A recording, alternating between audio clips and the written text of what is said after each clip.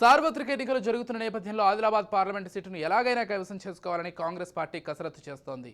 మిగతా ప్రధాన పార్టీలు బీజేపీ, బీఆర్ఎస్లు తమ అభ్యర్థులను ఇదివరకే ప్రకటించగా మొన్నటి వరకు కాంగ్రెస్ పార్టీ తమ అభ్యర్థిని ప్రకటించలేదు. తాజాగా 2 రోజుల క్రితం ఆదిలాబాద్ పార్లమెంటు అభ్యర్థిగా ఆత్రం సుగుణను తెర మీదకు తీసుకొచ్చారు.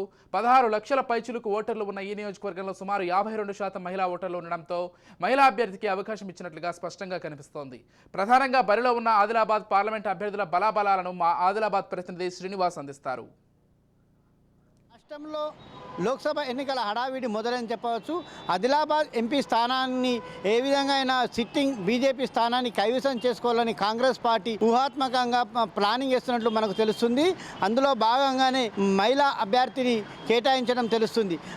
ఆత్రం సుగుణను ఎంపీ అభ్యర్థిగా కేటాయించారు. అయితే ఈ ఆదిలాబాద్ ఎంపీ స్థానానికి 16,42,714 ఓట్లకు గాను 8,42,000 ఓట్లు మహిళా ఓటర్లు ఉండడంతో మహిళా అభ్యర్థిని ఎన్నుకుంటే అభ్యర్థి కేటాయిస్తే గెలుపు సాధ్యమవుతుందని చెప్పేసి ఒక ప్లానింగ్ ఎత్తుగడ కొద్ది ప్రకారమే సుగుణకు కేటాయించడం జరిగింది. బీజేపీ పార్టీ ఏమో గోడం నాగేష్కు కేటాయించారు. అతను మాజీ ఎంపీ బీఆర్ఎస్ పార్టీ నుంచి తీసుకొని వచ్చిండు. కాబట్టి జైనింగ్ అయినంటే ఇచ్చడంతో అక్కడ బీజేపీ పార్టీలో ఉన్న సమన్వయం లోపించిందని మనకి ఇప్పుడు తెలుస్తుంది. సీనియర్లంతా సమన్వయం లేకుండా పనిచేస్తున్నారని చెప్పేసి బీజేపీ పార్టీలో తెలుస్తుంది. ఇక బీఆర్ఎస్ పార్టీ పరిస్థితి చూస్తే ఇక్కడ బీఆర్ఎస్ పార్టీలో ఉన్న మాజీ ఎమ్మెల్యేలందరూ ఖాళీ అయిన పరిస్థితి ఉంది.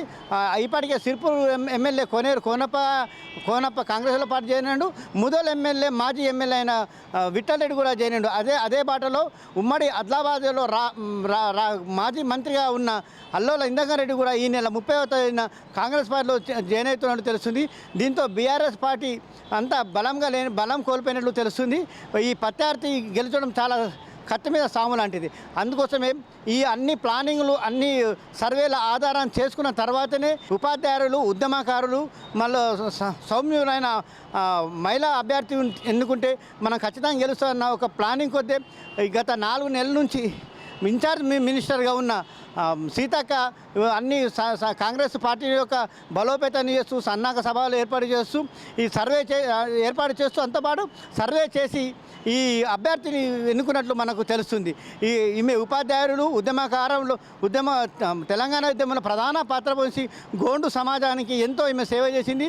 గోండు సమాజాన్ని ఉధృతంగా గోండు సమాజాన్ని ఒక్కతాడి తేయడానికి ఈమె ఉద్యమంలో ఎంతో పనిచేసింది. కాబట్టి ఈమె ఆల్రెడీ టీచర్ కాబట్టి ఖచ్చితంగా గెలుస్తుందని చెప్పేసి మహిళా ఓటర్లు ఎక్కువ ఉన్న ఈ ఆదిలాబాద్ నియోజకవర్గంలో ఖచ్చితంగా మహిళా అభ్యర్థికి గెలుస్తుందని చెప్పేసి వాళ్ళు భావించినట్లు ఉన్నారు. అందుకోసమే ఈ ఆత్రం సుగుణకు కేటాయించారు.